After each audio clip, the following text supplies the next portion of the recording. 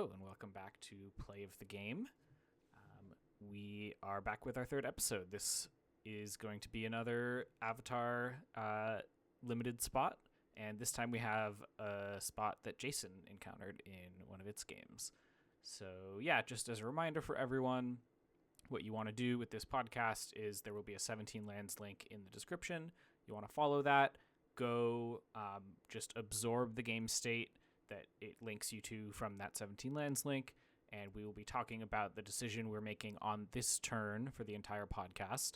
We will be looking at, what our deck looks like, talking about all the extra factors of what led the game up to this point, that kind of thing, but the entire podcast is all about figuring out how to make this one decision that we're presented with. So, Jason, do you want to set us up? What is the game state? Yeah, so this is from the day one of the qualifier weekend. I believe this is a match at something like 4-2 or 5-2 or something like that. So, I only have one loss to give. I'm fairly deep in. Um, and this is game two. So after I describe the game state, I'll also describe what I knew from my opponent's deck from game one. I won game one. This game I was on the draw. So currently this board state is one that is quite interesting. The opponent on turn 4 resolved a Legend of Kuruk. So now that's on chapter 2. They've drawn 2 cards off of it already. It's going to flip next turn. In addition, their board has a 1/1 ally token, a 2/1 Pox Bearers, and a 3/3 Earth Kingdom Jailer with our invasion submersible underneath it. That's the artifact vehicle that bounces something when it enters, and you can waterbend 3 to turn it into a 3/3, basically, or a 0/0 with 3+1+1 counters on it. They also have a battle fan that is not equipped that probably is not going to be relevant for a bit. But it contributes to waterbending 20 to take an extra turn off of Kuruk. Anyways, our side of the they also have 3 cards in hand. Their life totals at 20, and they have 5 lands in play. Our side of the board, we have 4 lands. We just drew for turn and played our land for turn. We missed a land drop. We have, or sorry, no, we didn't miss a land drop. We have 5 lands in place. Sorry. We have 2 plains, 2 islands, and a green-white duel. So we have basically perfect mana in play. We have a Benevolent River Spirit. That's the 4/5 flyer with Ward 2, and a Battle Fan equipped to a 2/1. So that's our entire board. We're at 18, and our 4 cards in hand are a Path to Redemption, the pacifism that you can pay 5 to exile the thing that it's enchanting, a Aang's Journey, the lesson that finds a basic and gains us 2 life, a Forecasting Fortune Teller, the 1/3 that makes a clue on ETB, the 2-drop, and Glider Staff, the 3 mana equipment that equips to give something +1/+1 flying, and when it enters, you airbend a creature. I believe, not non-land permanent, just creature. Yes. So we have just drawn for turn, played our land. It is our main phase. We have several options that we could do, and the question is, what is our best line? We're facing off something very scary, a Kuruk that's about to flip. How do we deal with that?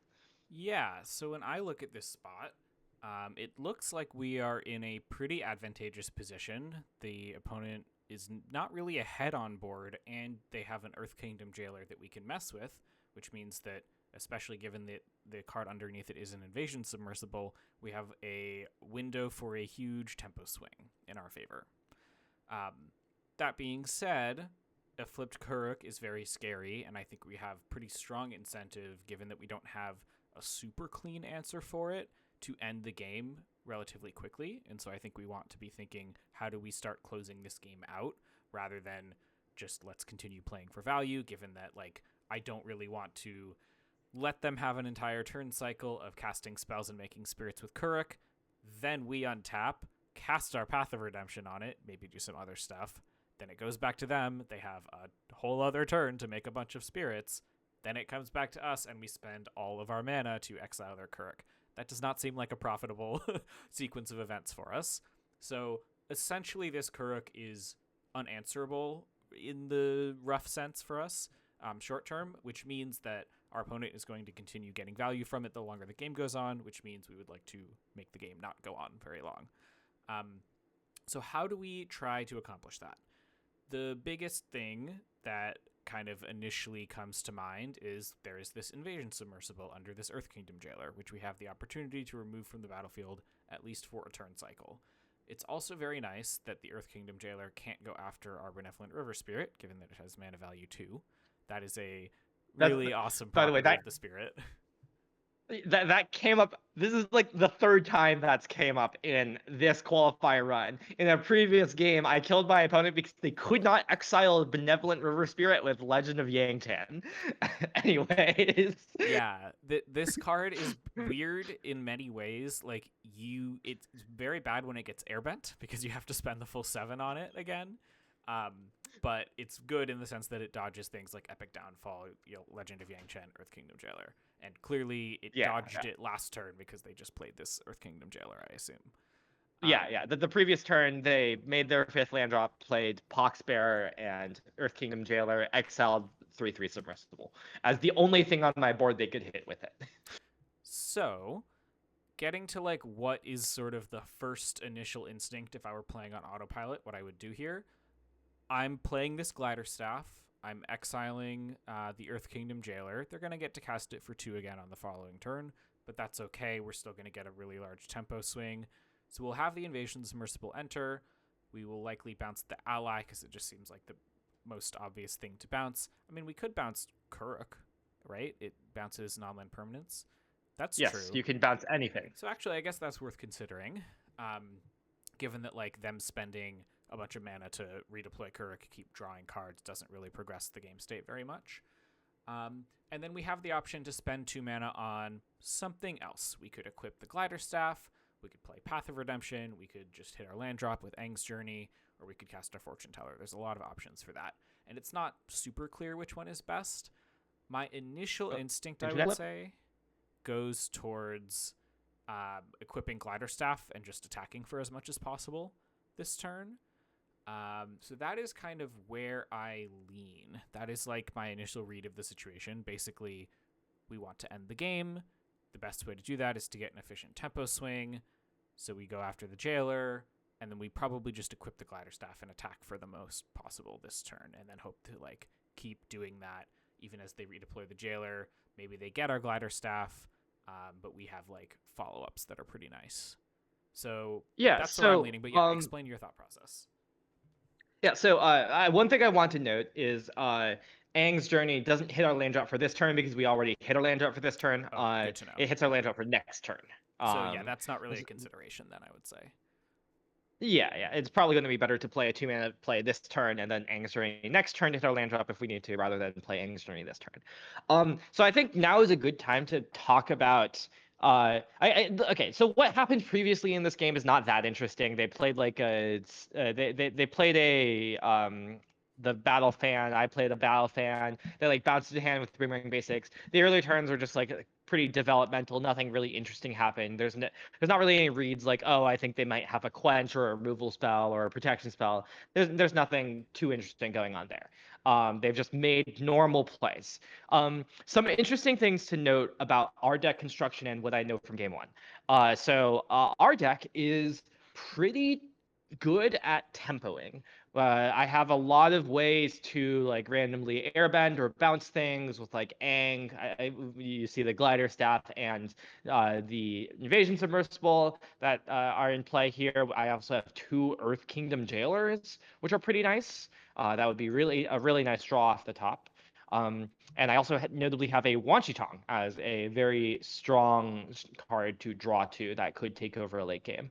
But just in general, plenty of tempo tools. I even have like an Otter Penguin in here, or maybe even 2. No, just 1. So yeah, a tempo deck that also has like plenty of powerful individually powerful cards. I think this deck was like pretty good. Their deck in game 1, mostly I didn't see very much removal. I saw the 2/2 that waterbends 5 to like find a creature, Water Tribe Rallier or something like that. That's So fine. that was a really important card that they played in game one, but they like mostly played a bunch of common creatures with it. And I saw the Mechanist.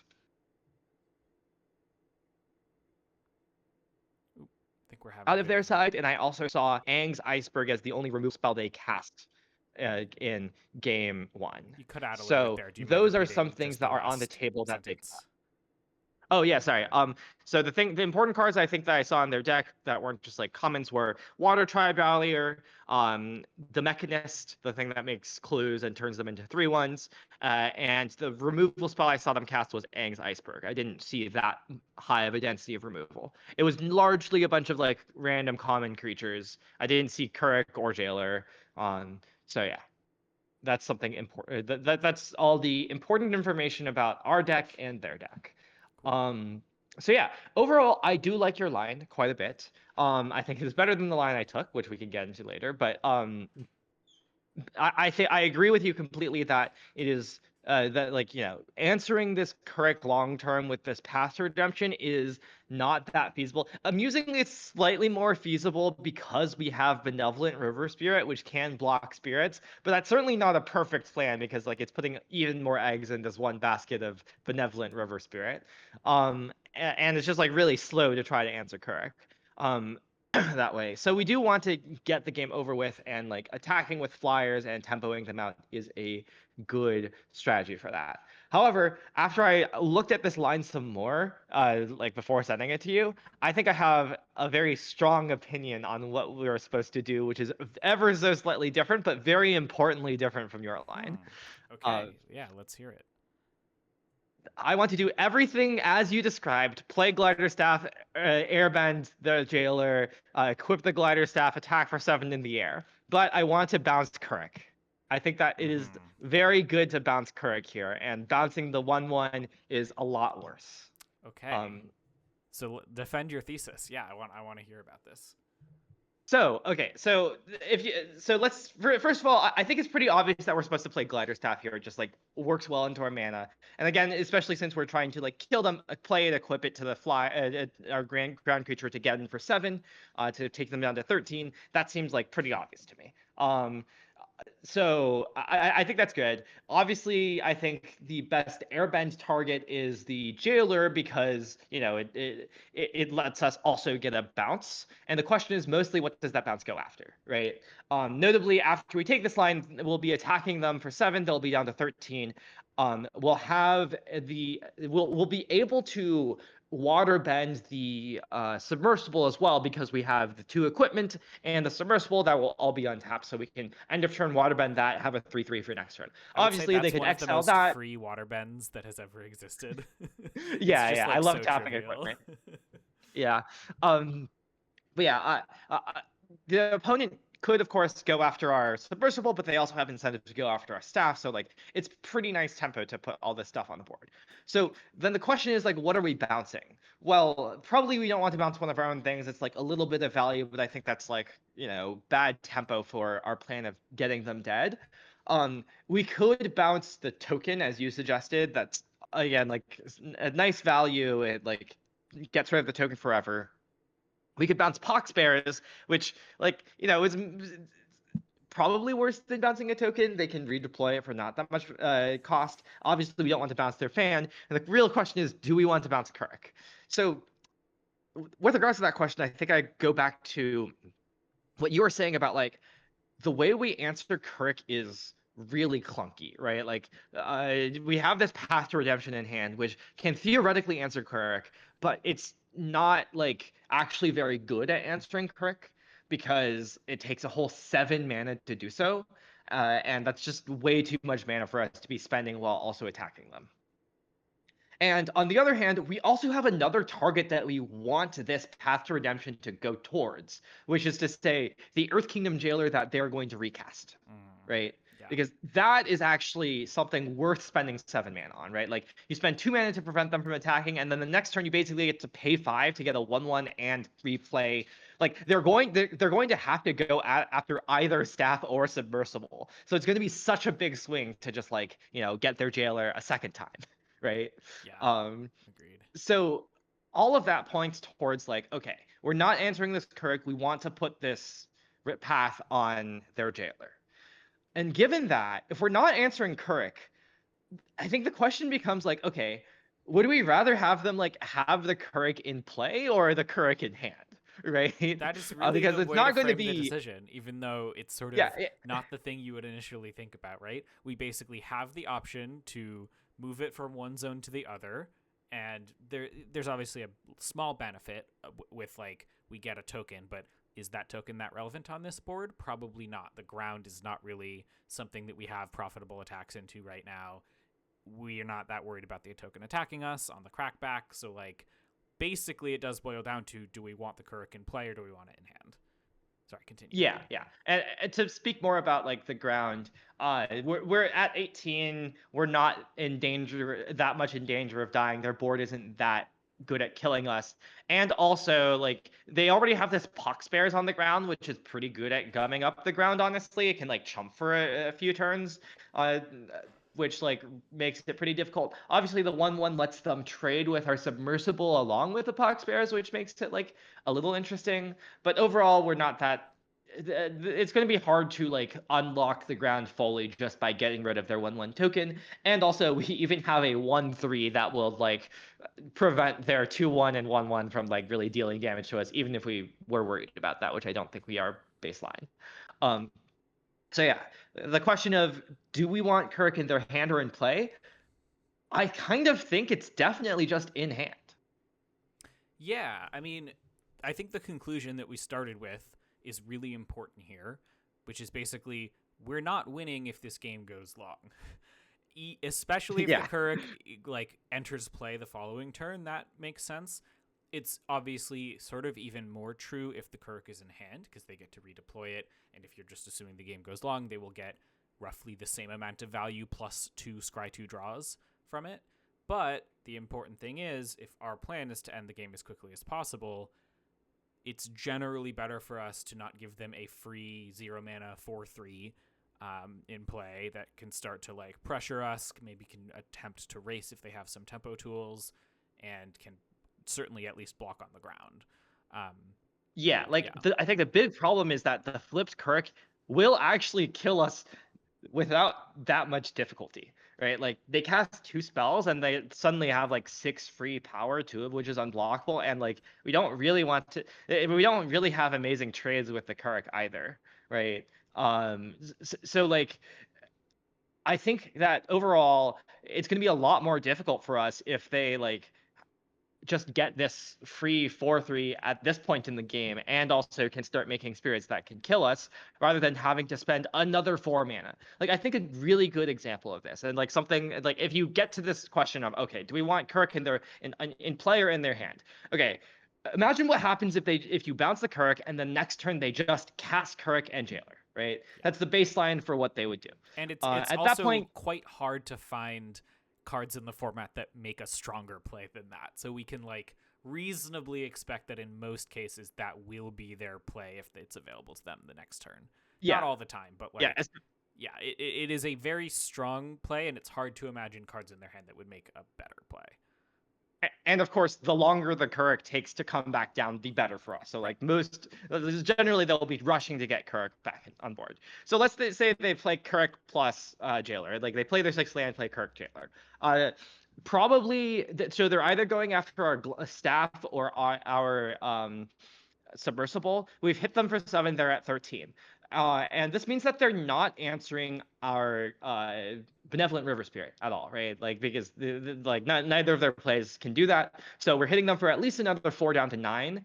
And also, if they answer our submersible, we get in for another 3 in the air, so bringing them down to 6, which is like really nice for us when we like still have this staff in play and also another flyer, and also where we can like put path to redemption on the jailer and like threaten to like tempo them out with another submersible trigger.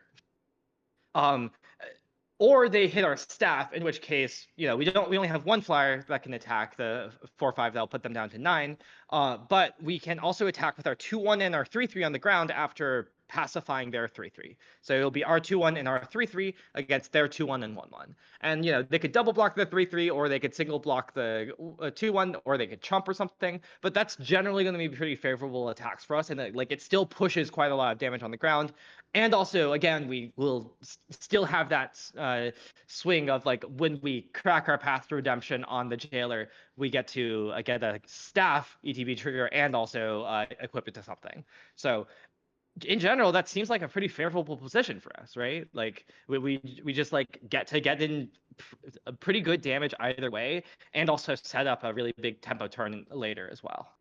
Yeah, totally agreed. Both in the sense of like, if we just think through how does the next turn cycle go, obviously they could have cards that are different that they could deploy, but as you mentioned, like that just means that it is even better to bounce the Kuruk because they're not immediately redeploying it.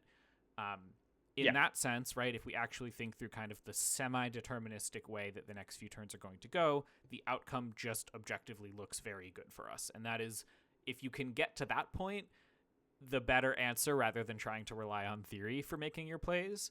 But at the same time, I think this also works from a theory perspective, where we are strongly making the decision that we cannot beat this Kuruk in a long game.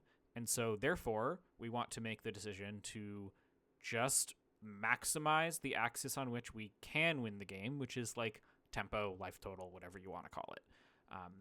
Basically telling them, you can feel free to spend your mana on gaining infinite inevitability and late game value as much as you want, but we are not making the game about that. We are making the game about the thing that we can actually win it on. And we have some great tools to win it on that. So, like, one thing that I think goes into this, Glider Staff is just an excellent card for closing out games in a semi-deterministic, very hard to stop way, where even if, let's say, the opponent has a path to redemption for our Benevolent River Spirit, and they like go after the Glider Staff with the Earth Kingdom Jailer, we still get to spend 5 mana, get the Glider Staff back, it tempos something, and then we have 2 ground creatures that are at 3 now, actually, with the Submersible, that we're just threatening to equip it onto, and they need to produce multiple flyers or one big flyer that can brick wall everything.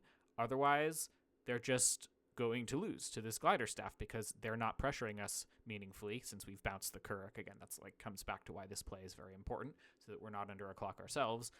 Cards like Glider Staff, I think, often go very underrated in Limited. Auxiliary Boosters was another one in Edge of Eternities, where if you are not under pressure and your opponent is under life total pressure, it's just extraordinarily hard for them to actually answer the ability of you to give any one of your creatures flying at any point in the game. It can be a really valuable tempo tool and just way to kind of close games that not many other effects in Limited actually let you do. So just wanted to give a shout out to that. But like, recognizing that we have one of those tools available to us and making the game such that we can actually effectively utilize that tool, I think is a big theory reason why this play makes a lot of sense as well. We just have the necessary cards to make the game about they must answer all of our threats or their life total will continue to go down. Yeah.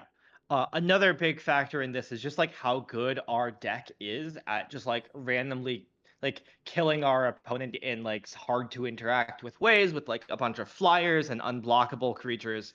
And so like that just pushes us more towards like wanting to make plays that prevent them from threatening us and instead pressure like put the onus on them to be the ones always answering our threats as opposed to having us need to like slow down and answer their things, right? So like if we look at I think an example of like why like the bouncing the Kuruk is so good here is how I've played this game in reality and how I Let lost us it, see. which is so I made a very similar play, which is airbend that, get back your submersible, and I bounced the 1/1, and then I first of all I chose not to equip the glider staff. That I think a really bad mistake on my part. I really need to be pushing damage here. Instead, I wanted to play my 1/3, which, like, somewhat reasonable at like blocks and maybe attacks next turn. But still, I think that equipping the glider staff was better. And also, as we can see here, since I didn't bounce the Kirk flips, and then the next turn they just like have a removal spell for my Benevolent River Spirit. And even though they don't have the land to replay the Jailer, the fact that they were just able to like have this forward tempo of having this 4/3 that's making 1/1s while still being able to spend mana on interaction just makes it like harder for me to kill them before they kill me. Yeah, and And in a couple I eventually turns, like we are not in a yeah, great spot, it looks like. yeah, I eventually even like I do almost kill them. I do end up almost killing them because I draw this giant koi and I like get in unblockably with this giant koi a couple times. I'm using they have um a razor ring on their own creatures to gain some life at some point That is to very race me. funny. But like if their Kirk just wasn't in play, right? If their Kirk had just been like a couple turns slower, they would have had much less pressure on me, and probably this giant koi would have gotten there, right? Like maybe they would have drawn extra cards to like look for removal or something, but I would have so much more time too to deploy things like giant koi, to equip my glider staffs, to attack them with it with my glider staffs. And so like the entire problem here was that like they ended like they were able to kill me before like my unblockable like hard to interact with threats that this deck has plenty of access to were able to get the job done because I didn't bounce their correct. Yep. Yeah, I think this is definitely one of those cases where trying to think about the ways you can lose this game is very important. It feels like we are ahead because we have this like really high tempo play to make this turn where we can bounce the Jailer, get our Submersible. That's like, 2.5 tempo beats or whatever you want to call it. A little inside joke there. But we really have to consider like, how does this go badly for us? And the way it goes badly for us is our opponent has some kind of thing to answer the crucial threat that is actually capitalizing on that tempo, which is the River Spirit pressuring their life total, as well as the Glider Staff. So, like, the ways that you didn't quite fully maximize those really came back to bite us in this game because A, we didn't get in enough damage with the Glider Staff immediately, and B, the River Spirit getting answered just meant that, like, we no longer had a way to quickly close the game, and so we got ground out by this bomb rare. The weird thing is that, like, it doesn't totally make level 1 sense to be like, I'm worried about getting ground out by this bomb rare, therefore I am going to bounce this bomb rare that gets value when cast. But the like, obviously we've said it many times, the logic here is basically that we are not going to beat that in a long game, so we must shorten the game. Be very Yeah. ruthless about that. I think this is a case of really not caring about like what is a bomb and what is value and what is that. It's just what is the straightforward path for us to win this game. We must go towards that path as aggressively and ruthlessly as possible. Yeah, yeah.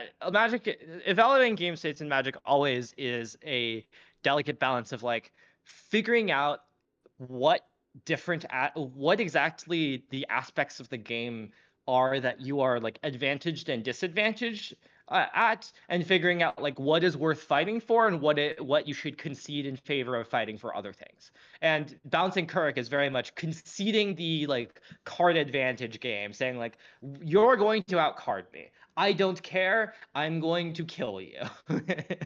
Right. Absolutely. Yeah.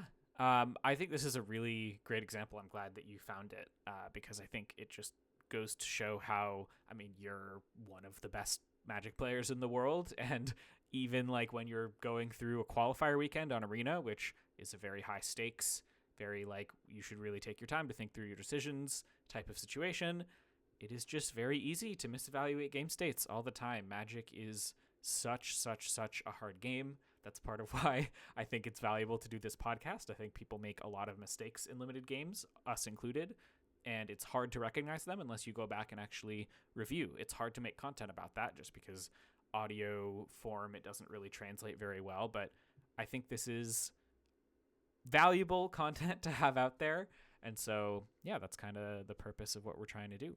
So this was a great example of Yeah. Hopefully this was all parsable.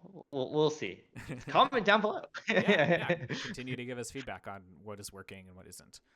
All right, wrapping up, where can you find us? I am at r-condon.bsky.social.